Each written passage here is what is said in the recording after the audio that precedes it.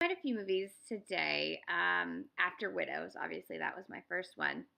I'm still trying to watch my way through my film struck queue. It's never gonna be enough time, but I'm doing what I can. And unfortunately, Nicolas Roeg died. He is obviously a very influential director and cinematographer from the mostly 60s, 70s, but he made strides in the 80s, 90s as well. And I really love The Man Who Fell to Earth. That's one of my all-time super favorite movies. But I had not seen one of his very most iconic films, which is Walkabout. Somehow I had never seen this. This is, one of the big movies in the Australian New Wave, although Rogue is British, but it's set in the outback. And I actually had no idea what it was about, and I didn't know what I was getting into when I started watching it. And oh boy, that opening sequence is utterly terrifying. Like the suffocation of the daily life of the father at the beginning is worse than anything the kids deal with in the outback, in my opinion. But that's maybe because I'm a suffocated person in a city. I don't know. That said, I also thought the cinematography in the outback is lush and lovely and amazing and really captured something unique and gorgeous. Um, but there were moments of it that I didn't think felt realistic. Like the way the girl, so the story is, slight spoilers, the dad snaps. He takes them out to the outback for a picnic, drives until they run out of gas, and then tries to shoot his own children before shooting himself and setting his car on fire.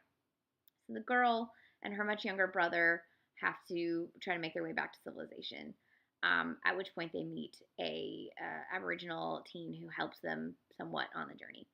So what I felt didn't feel all that realistic was how calm the girl is, but maybe that's the panic made her calmer, and so she had to be there for the son. And then the son, I couldn't tell how old he was supposed to be, but I felt like he felt too childish. But then maybe I haven't been around children enough. I don't know. I would not have acted that way as a child, though. I know that much. I was always a very serious child. Um, and let's see what else. The way they shoot Jenny Agutter made me a little uncomfortable. I know that the film has been controversial for the way that she's shot, and it's always been passed as not, scandalous or anything. It can be not over sexualized and still be a little across the line.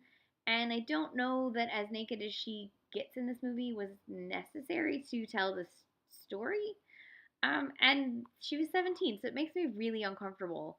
Yeah, nudity is life. I get it. Yes, but a 40-year-old shooting a 17-year-old naked girl swimming around in the water just made me really uncomfortable.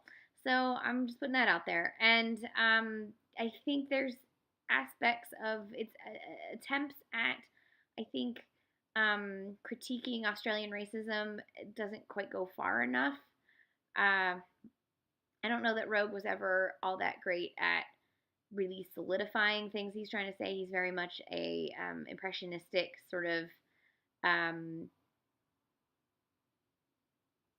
here are the images, do what you want with them kind of filmmaker. And I think the further he gets into that with his later filmography, the better films he makes. I also read that this was on a list of movies you should watch before you're 14, and I'm like, it has children in it, yes, but I think if I had seen this when I was like 12, I A wouldn't have understood that the dad was trying to kill them, and B, if I did understand that the dad was trying to kill them, that would have traumatized me because it's like, oh, that means my parents might at some point try to kill me. Maybe that's something you need to know. I don't know. I feel like this is more like movies you should watch as a teenager. I think teenagers could handle it, but like I don't know. I read a lot of stuff at 13 that really messed me up, and I don't know that I was capable psychologically of understanding and handling it. And I sometimes wish I'd read some of those things later in life. So this is my take on Walkabout. It's beautifully shot and a good, starting place, I guess, for Rogue. But I would go with his later weirder films like Man Who Fell to Earth or performance really over this one. But it's iconic and it's on all the lists, so I've now checked it off. This is 1971's Walkabout.